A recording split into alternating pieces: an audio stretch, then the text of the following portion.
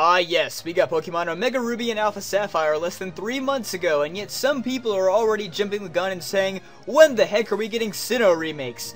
Now before I get into this video, let me say that I'll try my best to provide the least biased speculation possible, because if you've been on my channel long enough, you know that I'm not a big fan of Gen 4, but I would still like to see it get remade one day because I love all Pokemon games in some way. Now that Pokemon runs in a fully 3D engine in Generation 6, I firmly believe that every Pokemon game from Gens 1 through 5 has the right to be remade eventually. And yes, I've heard about the countless people begging for another Red and Green remake since next year's the 20th anniversary Pokemon, but that's a topic for a different video. But at the same time, it's quite clear that each newer generation has less and less of a reason to be remade. Pokemon Red and Green needed to be remade because you couldn't transfer Pokemon from Kanto and Johto to Gen 3, so you needed another game in order to catch them all. Even though it was possible to collect all Gen 2 Pokemon in Generations 3 and 4, Game Freak still decided to remake Pokemon Gold and Silver in 2009 because the graphics and sound were terribly outdated. But from a gameplay perspective, Pokemon Ruby and Sapphire didn't really have much of a reason to get remade. Besides the fact that the Hoenn region was the only region that couldn't be accessed in the Nintendo DS family of consoles. But we did get a Gen 3 remake and it still turned out great. But when we cross into Generation 4, is there really a need to remake those games? Every Sinnoh Pokemon can be caught in Generation 6, plus we have Pokemon Bank, and Diamond and Pearl's graphics might be a little bit outdated, but it's not as severe as Ruby and Sapphire's problem. So that's the list of reasons why Diamond and Pearl doesn't need to be remade, but there's one ultimate reason as to why Game Freak will definitely make a Diamond and Pearl remake.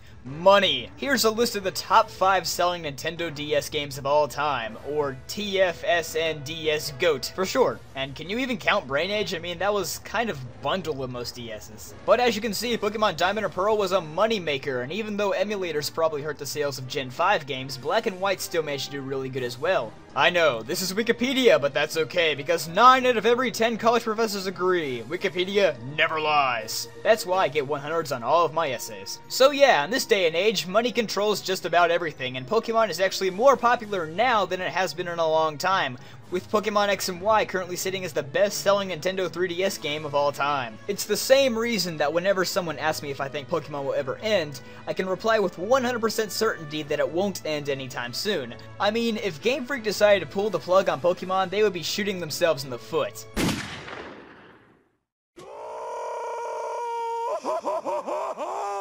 And to make matters worse, they would probably bleed out in their office and then get their keyboards all sticky. Yeah. So before we can get an understanding of a future remake, we must first take a look back into past remakes. For the sake of consistency, we're going to be using the Japanese release dates here. Pokemon Red and Green were released in 1996, while the remakes Pokemon Fire Red and Leaf Green were released 8 years later in 2004. Pokemon Gold and Silver were released in 1999, and their remakes came out 10 years later in 2009.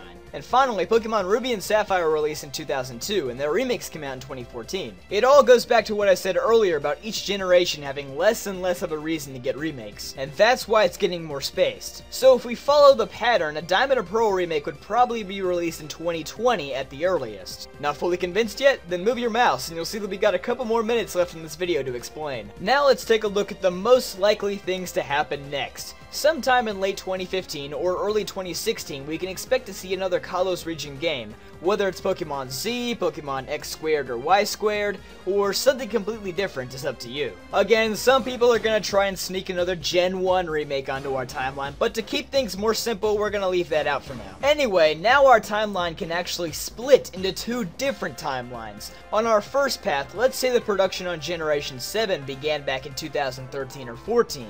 After all, production on Pokemon X and Y started before Pokemon Black and White were released during the summer of 2010. And production on Pokemon Omega Ruby and Alpha Sapphire started after Pokemon Black 2 and White 2 were released in November 2012. If production on Gen 7 is following that pattern, that means production on those games may have started in early 2014. Now, in early 2014, the new 3DS wasn't released yet, so it's highly unlikely that Gen 7 is being developed for the new 3DS. In which case, that means Gen 7 could be a repeat of Gen 5, where it actually ends ends up being a shorter generation that stays on the same 3DS console as Gen 6. In that case, Diamond and Pearl remakes wouldn't come out until Generation 8 because they would probably be reserved for a future console so that they could be used to boost sales. The same thing happened in Gen 5 when everyone found out that we weren't getting a Ruby and Sapphire remake and that Pokemon X and Y were coming instead. I went to Vietnam and got blasted with mustard gas, and that was less painful than scrolling through the YouTube comment section that day. If the topic of this video were a train, that train probably derailed and fell off a cliff about 30 seconds ago. But let's get back to the point. So, if Generation 7 is a short-lived generation like Gen 5, it will probably span 2017 to 2018. Then in 2019 we get Generation 8, either on the new 3DS or a completely different console, because by then, the new 3DS won't really be new anymore. And then 2020, booyah, Diamond and Pearl remakes, magic!